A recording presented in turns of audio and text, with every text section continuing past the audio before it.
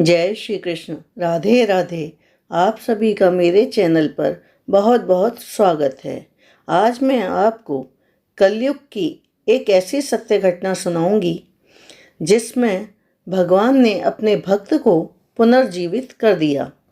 उत्कल देश यानी ओडिशा में एक अनन्य भक्त हुए श्री गंगाधर दास। ये जाति के बनिया थे। छोटा मोटा व्यापार करके जीविका निर्वाह करते थे। इनकी पत्नी का नाम श्रिया जी था। ये बड़ी ही भगवत भक्त थीं। दोनों लोग भक्ति और संत सेवा में ही अपना सारा समय व्यतीत करते थे। संतान न होने पर भी इन्हें कोई दुख नहीं था। एक दिन की बात है, ग्रामवासियों के तानों से दुखी होकर उस साध्वी स्त्री ने अपने पति से कहा कि गांव की स्त्रियां मुझे मनहूस कहती हैं। कभी कभी मुझे देखकर मुंह फेर लेती हैं और कहती हैं, आज इस बांझ का मुंह देख लिया तो ना जाने क्या अमंगल होगा। कोई कोई तो मेरे सामने ही नहीं आती। क्या हमारे भाग्य में संतान सुख नहीं है? जो भी हो स्वामी, आप किसी अनाथ बालक को ही गोद ले लें।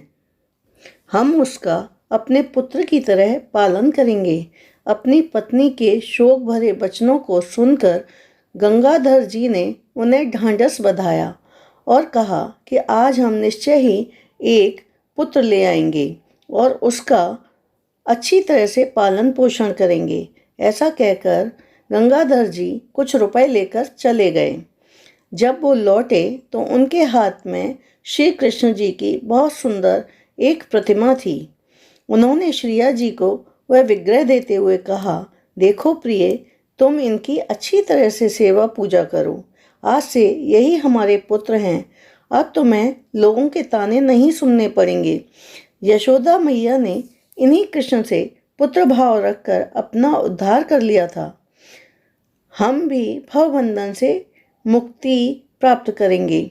पतिदेव की आज्ञा मानकर श्रिया जी भगवान श्री कृष्ण की मूर्ति को स्नान कराकर सिंहासन पर पधराकर उत्तम उत्तम भोग लगाने लगीं, भजन गाने लगीं, खूब मन लगाकर उनकी सेवा कर आनंदित होती।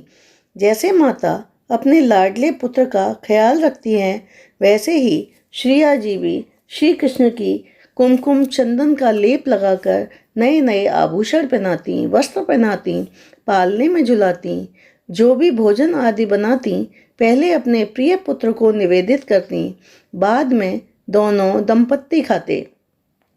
गंगाधर जी भी श्री कृष्ण से पुत्र की तरह बहुत स्नेह करते। बाजार से बच्चों के मनपसंद चीज़ें खिलौने ला लाकर बाल गोपाल को खिलाते, रिझाते। माता जब रसोई बनाती तब भी उनका मन पुत्र में ही लगा रहता। बीच बीच में रसोई छोड़कर पुत्र को देखने आती, देखकर सुखी होती और फिर चली जाती। कभी कभी गोद में भरकर जोर जोर से छाती से चिपका लेती, मुख चूमती और सिर सूंघती। गंगाधर जी का स्नेह तो माता से भी बढ़कर था। इसी तरह वात्सल्य भाव में भरे दंपत्ति को बहुत साल बीत गए। एक दिन गंगाधर जी ने अपनी स्त्री से कहा, मैं बाजार जा रहा हूँ। मेरे कृष्ण की देखभाल अब तेरे जिम्मे है। इन्हें एक क्षण भी अकेला छोड़कर कहीं मत जाना। ऐसा कहकर गंगाधर जी भगवान के चरणों में मन लगाकर व्यापार के लिए बाहर चले गए। थोड़े ही दिन बीते थे कि पुत्र वियोग से उनका मन व्याकुल होने लगा। एक एक क्षण युग के समान लगने लगा और शीघ्रता से घर लौटने की तैयारी करने लगे। जल्दी जल्दी फल, मेवा व मिठाई लेकर पुत्र दर्शन की लालसा से उतावले होकर चले जा रहे थे। गांव में घुसते ही अचानक ठोकर लगने से जमीन पर गिर पड़े। कराहते हुए ऐसा कहने लगे, हाँ बेटा कृष्ण, मैं तुझे देख भी नहीं पाया। मैं बड़ा ही पापी हूँ। और कृष्ण कृष्ण कहते हुए उनके प्राण निकल गए। गांव वालों ने श्रिया जी को खबर दी। उस समय उनकी पत्नी अपने पुत्र कान्हा के लिए भोजन बना रही थी। शोक समाचार सुनकर भयभीत होकर वह पुत्र के पास पहुंची और जोर जोर से यूं पुकारने लगीं, अरे कृष्ण, ओ मेरे कृष्ण, तू तो दीनों का रक्षक है, भक्तों का हितकारी है। तेरे सिवा मेरा कौन है? तू ही बता, अब मैं क्या करूं, कहाँ जाऊं? सबके हृदय में बसने वाले, सबके जी की जानने वाले, भाव को पहचानने वाले भक्त वत्सल भगवान, हमारी रक्षा करो, रक्षा करो। माता के ऐसे दीन वचन सुनकर, भक्ति के वश होकर, उनके पुत्र भाव को पूर्ण करने के लिए उस पुत्र रूप भगवान की मूर्ति बोलने लगी, तुम क्यों चिंता करती हो माँ? मेरे पिता मरे नहीं हैं, वे थककर रास्ते में सो गए हैं। तुम जाकर उन्हें उठाओ और कहो कि बच्चे को अकेला छोड़कर यहाँ क्यों पड़े हो? चलो, लल्ला तुम्हें बुला रहा है। पुत्र के ऐसे वचन सुनकर श्रिया जी जल्दी जल्दी पति के पास गईं और देखा कि इनके शरीर में तो प्राण ही नहीं है, पर क्या करती, कृष्ण की आज्ञा थी, इसलिए उनके मस्तक पर हाथ रखकर कहने लगी, स्वामी उठो, घर चलो, मैं लल्ला को अकेला छोड़कर यहाँ आई हूँ, उसके पास कोई नहीं है।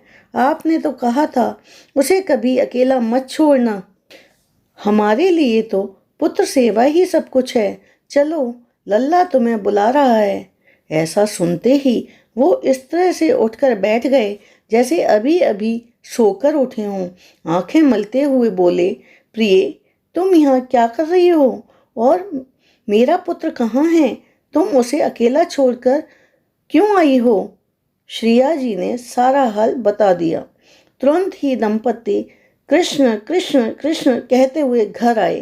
तुरंत ही आकर पुत्र को लाड़ करने लगे।